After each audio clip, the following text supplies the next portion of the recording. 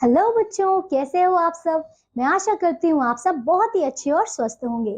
तो आज की कक्षा में हम शुरू करने वाले हैं हमारा अध्याय नंबर 19 और इसका नाम है कहानी लेखन। ठीक है, ये हमारी इस पुस्तक का आखिरी अध्याय है। ठीक है, आइए शुरू करते हैं।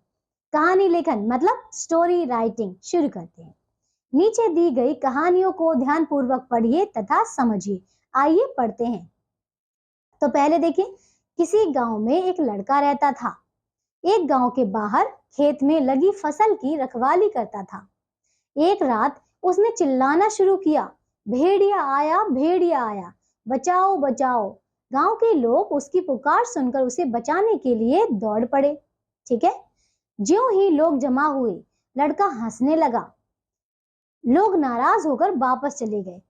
ठीक है, तो लोग नाराज होकर वापस गांव चले गए। दूसरी रात वह लड़का फिर उसी तरह चिल्लाने लगा। इस बार गांव के बहुत कम लोग आए। लड़के ने फिर पुरानी हरकत की थी, मतलब वो फिर से हंसने लगा था। गांव के लोग समझ गए कि लड़का हम लोगों को बेवकूफ बनाता है। तीसरी रात सचमुच भेड़िया आया। उसने जोर से हल्ला किया, किंतु इस बार एक भी आदमी ना आया। भेड़िया लड़के को मारकर खा गया। तो देखिए, इस कहानी से हमें क्या शिक्षा मिलती है। शिक्षा मिलती है कि लोगों को बार बार मूर्ख नहीं बनाया जा सकता। ठीक है, चलिए दूसरी कहानी देखते हैं, ग्वाला और बंदर। आइए, किसी गांव में राम प्रसाद नाम का एक ग्वाला रहता था। वह दूध बेचने का काम करता था। वह बेईमान था। वह दूध में पानी मिलाया करता था। उसे कई लोगों ने समझाया कि बेईमानी अच्छी नहीं होती, मगर उसने किसी की भी बात ना सुनी और उसी प्रकार दूध में पानी मिलाता रहा। एक दिन वह शहर से दूध बेचकर लौट रहा था। उसकी थैली पैसों से भरी हुई थी। रास्ते में एक नदी पड़ती थी। उसने मन ही मन विचार किया, आज बहुत गर्मी है, चलो नदी में एक डुबकी ही लगा लें। उसने अपने कपड़े उतार दिए, रुपयों की थैली कपड़ों में ही छुपाकर रख दी और नदी में स्नान करने लगा। नदी के किनारे वृक्ष पर एक बंदर रहता था। वह नीचे उतरा और ग्वाले के रुपयों की थैली उठाकर पुनः पेड़ पर चढ़ गया। ठीक है, उसने एक एक रुपए को नीचे फेंकना शुरू कर दिया। वह एक रुपया नदी में फेंकता तथा दूसरा रेत पर। ग्वाले ने जब यह दृश्य देखा तो चिल्लाया, मगर बंदर किसकी सुनने वाला था। उसने उसने रेत पर पड़े रुपए उठाए, कपड़े पहने और रोता रोता घर पहुंचा। उसने मन ही मन सोचा, लगता है आधे पैसे तो नदी में गिर गए, वे दूध के नहीं पानी के थे। ठीक है, तो देखिए, इस कहानी से हमें शिक्षा मिलती है कि ईमानदारी की कमाई ही फलदायक होती है। ठीक है, अब तीसरी कहानी देखते हैं। आइए, शेर और चूहा। किसी जंगल में एक शेर रहता था। वह दोपहर के समय एक पेड़ के नीचे सो रहा था। तभी वहां एक नटखट चूहा आया। वह शेर की पीठ पर चढ़कर फुदकने लगा। इससे शेर की आंख खुल गई। शेर को चूहे पर बड़ा क्रोध आया। उसने गुस्से में चूहे को अपने पंजों में दबोच लिया। शेर तेज दहाड़ मारते हुए बोला, क्यों बे पिद्दी चूहे, तुझे अपनी जान प्यारी नहीं है क्या?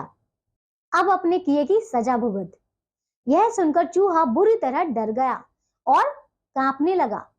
वह कांपता हुआ शेर से बोला, महाराज महाराज, मुझसे बड़ी भूल हो गई है, मुझे क्षमा करें, कृपा करके मुझे छोड़ दीजिए, मैं कभी आपके काम आऊंगा।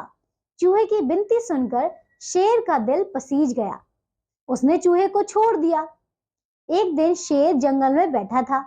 तभी उस पर शिकारी ने जाल डाल दिया। वह जाल में फंसकर बुरी तरह तड़पने लगा तथा जोर जोर से दहाड़ने लगा। उसी दहाड़ सुनकर चूहा अपने बिल से बाहर आया और शेर से बोला, महाराज आप दहाड़ना बंद कर दीजिए, मैं आपकी इस जाल से बाहर निकलने में मदद करता हूँ। यह कहकर वह जाल काटने लगा। थोड़ी देर बाद जाल कटने पर शेर बाहर निकल आया और उसने चूहे को धन्यवाद दिया। तो देखिए, इस कहानी से हमें क्या शिक्षा मिलती है। छोटे से छोटा व्यक्ति भी समय पर काम आ सकता है। ठीक है, चलिए दूसरी कहानी है फिर से, सांड और शेर। ठीक है, किसी जंगल में 4 सांड रहते थे। वे बहुत शक्तिशाली थे वे बहुत शक्तिशाली थे। उनमें आपस में गहरी मित्रता थी, इसलिए जंगल के सभी जानवर उनसे ईर्ष्या करते थे। यहाँ तक कि शेर भी उन पर हमला करने का साहस नहीं करता था। इन चारों की दोस्ती शेर की आंख में खटकती थी। वह उनका वह इनका मांस तो वह इनका मांस तो खाना चाहता था, मगर जब वह इन चारों को देखता तो पीछे हट जाता था। एक दिन शेर को एक तरकीब सूझी। उसने सांड को अपने पास बुलाया और उसके कान में दूसरी सांड के बारे में कुछ कह दिया। अब यह सांड अपने मित्रों से अलग रहने लगा। शेर ने इसी प्रकार बारी बारी से इन सबको बहकाकर इनमें फूट डलवा दी। अब ये चारों अलग अलग रहते और कभी कभी तो आपस में लड़ भी पड़ते। ठीक है, शेर यही तो चाहता था कि किसी तरह इन चारों में फूट पड़ जाए। एक दिन मौका देखकर शेर एक सांड पर झपटा। आपसी फूट के कारण उसके 3 मित्रों ने उसकी सहायता नहीं की, बस वे दूर से देखते रहे। अकेला सांड शेर का मुकाबला कब तक करता। थोड़ी ही देर में शेर ने उसका काम तमाम कर दिया और मजे से उसका मांस खाया। इस प्रकार एक एक करके शेर उन चारों को मारकर खा गया। ठीक है, तो इस कहानी से हमें क्या शिक्षा मिलती है? आपसी फूट का परिणाम विनाशकारी होता है। ठीक है, चलिए एक और नई कहानी है, पढ़ते हैं। बूढ़ा कबूतर। ठीक है, देखिए, जंगल में एक पेड़ पर बहुत से कबूतर रहते थे। उन कबूतरों का एक मुखिया था जिसे सभी कबूतर अपना नेता मानते थे। कबूतर भोजन की तलाश में इधर उधर झुंडों में भटकते रहते थे। एक दिन वे भोजन की तलाश में जा रहे थे, तभी उन्हें जंगल में धरती पर बहुत सारा अनाज बिखरा दिखाई दिया। अनाज के दानों को देखकर सभी कबूतर नीचे उतरने ही वाले थे कि मुखिया कबूतर ने कुछ सोचकर कहा, सुनसान जंगल में अनाज के इतने दाने कहां से आएंगे? यहाँ उतरना ठीक ना होगा। कबूतर मुखिया की बात ना मानते हुए नीचे उतरकर दाना चुगने लगे, लेकिन अब वे उड़ नहीं पा रहे थे। वे जाल में फंस गए थे। कबूतरों को पकड़ने के लिए एक बहेलिया ने वहां जाल बिछाया था। कबूतरों का मुखिया अपने साथियों को जाल में फंसा देखकर बहुत दुखी हुआ। सभी कबूतरों ने उससे क्षमा मांगी और निकलने का उपाय बताने की विनती करने लगे। मुखिया कबूतर ने कहा, एकता में बल होता है, अतः तुम सब एक साथ जोर लगाकर उड़ चलो। सभी कबूतरों ने ऐसा ही किया। वे मुखिया कबूतर के पीछे पीछे काफी दूर तक चले गए। एक स्थान पर पहुंचकर मुखिया कबूतर ने सभी को नीचे उतरने का निर्देश दिया। वहां पर मुखिया कबूतर का मित्र चूहा रहता था। ठीक है, मुखिया कबूतर ने मित्र चूहे को बुलाकर उससे जाल काटने को कहा। चूहे ने मित्र की बात मानकर फौरन जाल काट दिया। जाल कट जाने से सभी कबूतर आजाद हो गए। ठीक है, तो देखिए कितनी अच्छी कहानी थी। और इस कहानी से हमें क्या शिक्षा मिलती है कि लालच बुरी बला है या बुजुर्गों की बातों पर ध्यान देना चाहिए। ठीक है, चलिए एक और कहानी है, पुरुषार्थी। आइए पढ़ते हैं। एक व्यक्ति बहुत ही पुरुषार्थी था। वह आलस्य को अपना शत्रु समझता था। गांव-गांव घूमकर लोगों को सही मार्ग दिखाना ही उसका कार्य था। एक बार वह किसी गांव में गया। वहां निरीक्षण किया तो पाया कि वहां सब लोग सुखी व आनंद, किसी भी प्रकार से वहां कोई कमी नहीं थी। वह उसी गांव से सटे पहाड़ के पीछे से दूसरे गांव में गया। वहां निरीक्षण किया तो पाया कि वहां के लोगों के चेहरे पर दुखी भाव और निराशा झलक रही थी। उसने लोगों से पूछा, क्या बात है, तुम लोग इतने दुखी क्यों हो? लोगों ने कहा, हम लोग पानी के अभाव से व्यथित हैं। खेत में फसल सूख रही है, पशु मर रहे हैं। उस व्यक्ति ने कहा, इस पहाड़ी के पीछे बहुत पानी है। मैं मंत्र पढ़ रहा हूं, आप लोग अपने अपने यंत्रों से पहाड़ को खोदना शुरू कर दे, पानी अवश्य मिलेगा। सब काम में जुट गए। बड़े उत्साह से पानी की आशा में पहाड़ खोदते रहे। उत्तर मंत्रोच्चारण उधर मंत्रोच्चारण का कार्य चल रहा था। धीरे धीरे पहाड़ में सुरंग बन गई और पानी के किनारे तक पहुंच गए। कुछ समय बाद निर्मल जल का स्रोत बहने लगा। सबको मनचाहा पानी मिला। सभी खुशी से नाचने लगे। सबने उस पुरुषार्थी व्यक्ति का स्वागत किया। आप नहीं आते तो हम पानी के लिए तरसते ही रह जाते। उस व्यक्ति ने कहा, जो व्यक्ति पुरुषार्थी होता है वह प्रत्येक क्षेत्र में सफल होता है।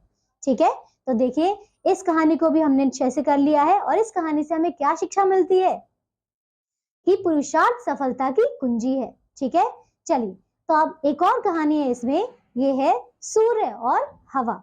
आइए करते हैं। एक बार सूर्य और हवा में अपनी अपनी शक्तियों के बारे में बहस छिड़ गई। कोई भी अपनी शक्ति को कम स्वीकार करना नहीं चाहता था। अंत में हवा सूर्य से कहने लगी कि आओ हम अपनी शक्ति की परीक्षा करें। हवा को अपनी शक्ति का बड़ा घमंड था, क्योंकि बड़े बड़े वृक्षों को कई बार उखाड़ चुकी थी। सूर्य ने हवा को चुनौती दी। सूर्य ने हवा की चुनौती को स्वीकार कर लिया। दूर जा रहे यात्री को लक्ष्य बनाकर और निश्चय हुआ कि जो यात्री के कपड़े उतरवा दे वही शक्तिशाली माना जाएगा। पहली बारी हवा को दे दी गई। हवा अपनी शक्ति की परीक्षा करने लगी। हवा ने बड़े वेग से बहना शुरू किया। यात्री ने तेज हवा के कारण अपने कोट के बटन बंद कर लिए और अपने ऊपर के कपड़े को खूब अच्छी तरह लपेट लिया। हवा ने अपनी पूरी शक्ति लगा दी, परंतु यात्री के कपड़े उतरवा ना सकी। अंत में थक जाने पर उसकी चाल धीमी हो गई। अब सूर्य की बारी आई। सूर्य ने अपनी किरणों को प्रचंड करना आरंभ किया। धीरे धीरे यात्री ने अपने बटन खोल दिए, परंतु सूर्य की किरणों से उसका सारा शरीर पसीने से भीग गया। धूप में चलना उसके लिए कठिन हो गया। मार्ग में एक घना पेड़ देखकर वह उसके नीचे ठहर गया और उसने अपने भीगे हुए कपड़े उतार दिए। हवा यह देखकर लज्जित हुई और सूर्य अपनी विजय पर प्रसन्न हुआ। ठीक है, चलिए तो ये भी कहानी खत्म हो गई है। और इस कहानी से हमें शिक्षा मिलती है कि अपनी शक्ति पर कभी अभिमान नहीं करना चाहिए। ठीक है, आइए एक और कहानी है, ये है बंदर और मगरमच्छ। ठीक है, ये कहानी तो सभी ने सुनी होगी, है ना। चलिए करते हैं। प्राचीन काल की बात है, एक बंदर और मगरमच्छ नदी के किनारे रहते थे। बंदर जामुन के वृक्ष पर रहता था। वह अपने मित्र को मीठे मीठे जामुन खाने को देता था। मगरमच्छ उन जामुनों को बड़े चाव से खाया करता था। दोनों मित्र आपस में बातें किया करते थे और जाते समय मगरमच्छ अपनी पत्नी के लिए भी जामुन ले आया करता था। ठीक है, इसी प्रकार दिन बीतते गए। दोनों में मित्रता चलती रही। एक दिन मगरमच्छ की पत्नी बोली, मैं तो बंदर का कलेजा खाऊंगी। जब जामुन इतने मीठे हैं तो बंदर तो हमेशा ऐसे जामुन खाता है, तो उसका कलेजा कितना मीठा होगा। अगले दिन मगरमच्छ ने बंदर से अपने घर चलने के लिए कहा, तो बंदर तैयार हो गया। बंदर मगरमच्छ को पीठ पर सवार हो गया। नदी के बीच जाकर मगरमच्छ ने बंदर को सारी बात बता दी। ठीक है, कि वह उसे अपनी पत्नी के पास क्यों ले जाना चाहता है। नदी के बीच जाकर मगरमच्छ ने बंदर को सारी बात बता दी। ठीक है, बंदर सुनकर हैरान रह गया। वह बोला, अगर ऐसी बात थी तो मुझे पहले क्यों नहीं बताया। मैं तो अपना कलेजा जामुन के पेड़ पर ही छोड़कर आया हूँ। ठीक है, यह कोई साथ लेकर घूमने वाली चीज तो नहीं होती है ना। हमें कलेजा उठाकर लाने के लिए जामुन के पेड़ तक वापस चलना पड़ेगा। तो देखिए बंदर ने कितनी समझदारी से अपने खुद को जान बचाने के लिए ये प्रयत्न किया। मगरमच्छ बंदर की बातों में आ गया। वह बंदर को जामुन के पेड़ के पास नदी के किनारे ले आया। बंदर छलांग लगाकर जामुन के पेड़ पर चढ़ गया। बंदर पेड़ से वापस नहीं उतरा। फिर इस प्रकार बंदर ने चालाकी से अपनी जान बचाई। तो इस कहानी से हमें क्या शिक्षा मिलती है। शिक्षा मिलती है कि धूर्त मित्रों से बचना चाहिए। ठीक है, चलिए अब एक और इसकी आखिरी कहानी है, सच्चा मित्र। ठीक है, देखिए, एक जंगल में नदी किनारे विशाल वृक्ष था। वृक्ष पर मधुमक्खियों ने एक छत्ता बना रखा था। पेड़ पर चिड़िया ची ची करती रहती, मधुमक्खियां गुनगुन करती रहती। एक दूसरे के काम में कोई बाधा ना डालता। मधुमक्खियां शहद इकट्ठा करती रहती, जंगल के फूलों से रस लेकर आती हैं, छत्ते में जमा करती रहती हैं। एक दिन तेज हवा चल रही थी। हवा के झोंके से एक मधुमक्खी नदी में जा गिरी। पेड़ का बहाव इतना तेज, पानी का बहाव इतना तेज था कि मधुमक्खी चाहकर भी संभल ना सकी। बहाव के साथ छटपटाती हुई बहने लगी। पेड़ की डाली पर बैठे एक कबूतर ने एक पत्ता मक्खी के पास डाल दिया। मधुमक्खी तुरंत पत्ते पर चढ़ गई। कबूतर ने बहता हुआ पत्ता उठाकर पानी के पास रख दिया। कबूतर की सूझबूझ से मधुमक्खी की जान बच गई। कुछ दिन बाद जंगल में एक बहेलिया आया। वह कबूतर को मारने के लिए तीर चला रहा था। तभी मधुमक्खियों ने देख लिया और बहेलिया को एक ऐसा डंक मारा कि उसका निशाना चूक गया। ठीक है, कबूतर उड़ गया, कबूतर की जान बच गई। एक मित्र ने दूसरे मित्र की जान बचाई। ठीक है, तो देखिए कितनी अच्छी कहानी थी। और इस कहानी से हमें शिक्षा मिलती है कि सूझबूझ से अपने मित्रों की मदद करनी चाहिए। ठीक है, चलिए, तो ये अध्याय हमारा यहीं समाप्त होता है। मैं आशा करती हूँ आप सबको ये कहानियां सुनने में, पढ़ने में बहुत आनंद आया होगा। ठीक है, तो ऐसी ही कहानियां लिखने का प्रयत्न कीजिए। ठीक है, अब हम मिलेंगे एक नई कक्षा में नए अध्याय के साथ। तब तक के लिए आप सब अपना ध्यान रखिए और स्वस्थ रहिए। बाय।